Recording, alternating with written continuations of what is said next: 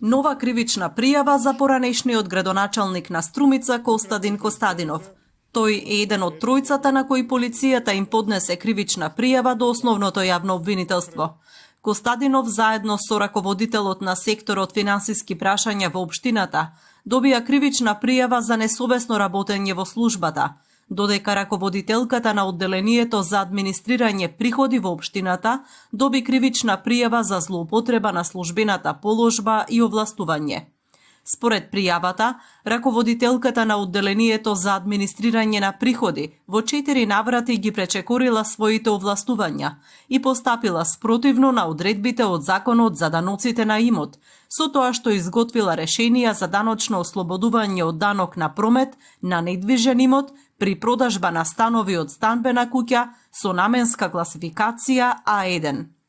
Вакво ослободување од плаќање било направено повикувајќи се на член 25 од Законот за даноците на имот. Меѓутоа, одредбите за таквото даночно ослободување се однесувале само за станбени згради и станови кои согласно класата на намени се со номенклатура А2.1, но не и за станбени куќи со номенклатура А1.1, за кои и биле изготвени решенијата. Раководителката во 3 од 4 решенија во отсуство на раководителот на сектор финансии се потпишала и во полето потврдил, контролирал.